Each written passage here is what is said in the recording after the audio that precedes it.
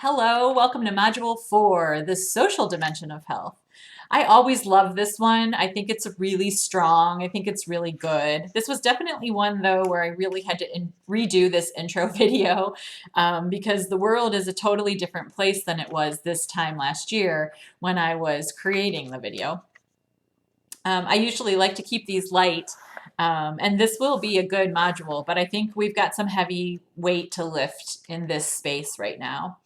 We're living in a society that is fighting for racial equity and social justice, and we're still living under the shadow of a potentially lethal pandemic. We're up to over 200,000 American lives lost now to COVID and the coronavirus. So it's totally changed the ways in which we perceive, or the ways in which I perceive this module with regard to our social health. And I don't know about you all, but if I'm being honest, like I'm on the struggle bus. Like I'm not even the driver of the struggle bus. I'm at the back, like banging my head on the back window.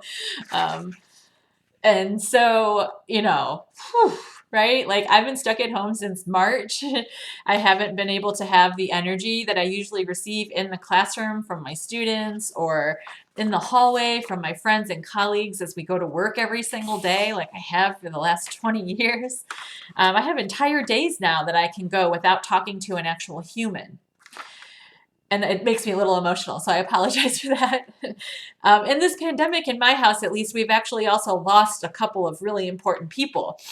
And in this space, we haven't been able to celebrate their lives at funerals. We haven't been able to, be with them in their last moments to help facilitate their passing. And it's been rough. And I know you're all there too. And I recognize that I'm still in a huge space of privilege in my life. And so I'm not trying to center myself as a victim here. Once the waterworks start, though, they're kind of hard to finish. So, and I'm not going to start this video again. I'm just going to keep on going. um, we're going to examine our social media use. Let's start there.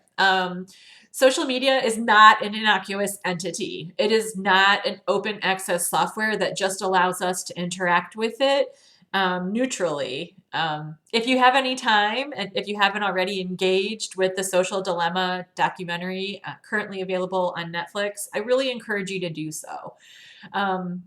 I think it's really important that we have an understanding of the algorithms and the machina behind all the social media networks that are there to essentially manipulate our behavior.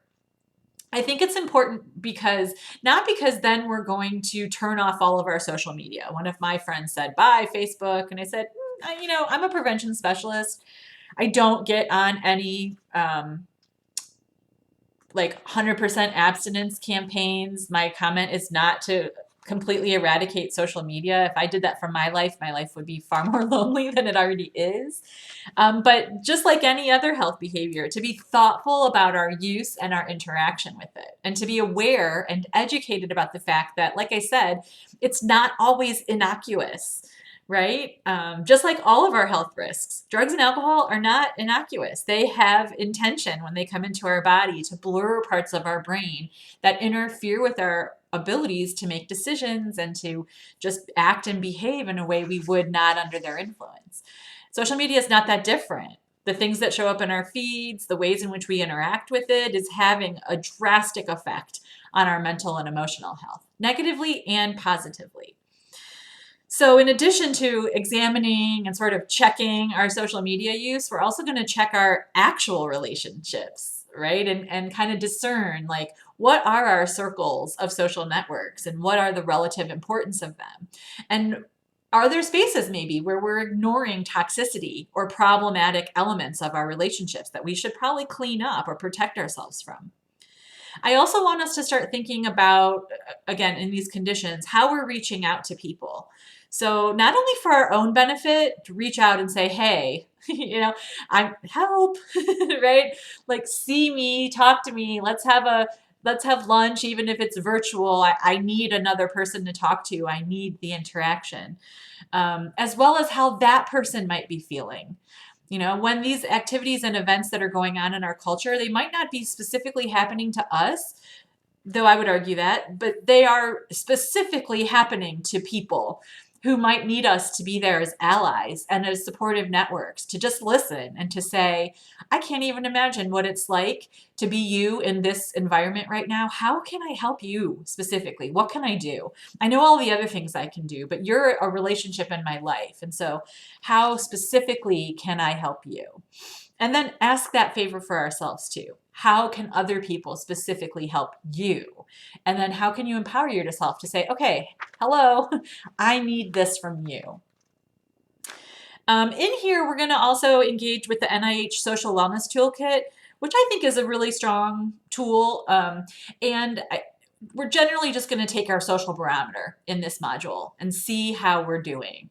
So like always, I encourage you to engage with this on whatever level you're operating on. Okay, and I say that without any judgment or anything. So wherever, whatever space you're able to work in this, please, do it at your own pace.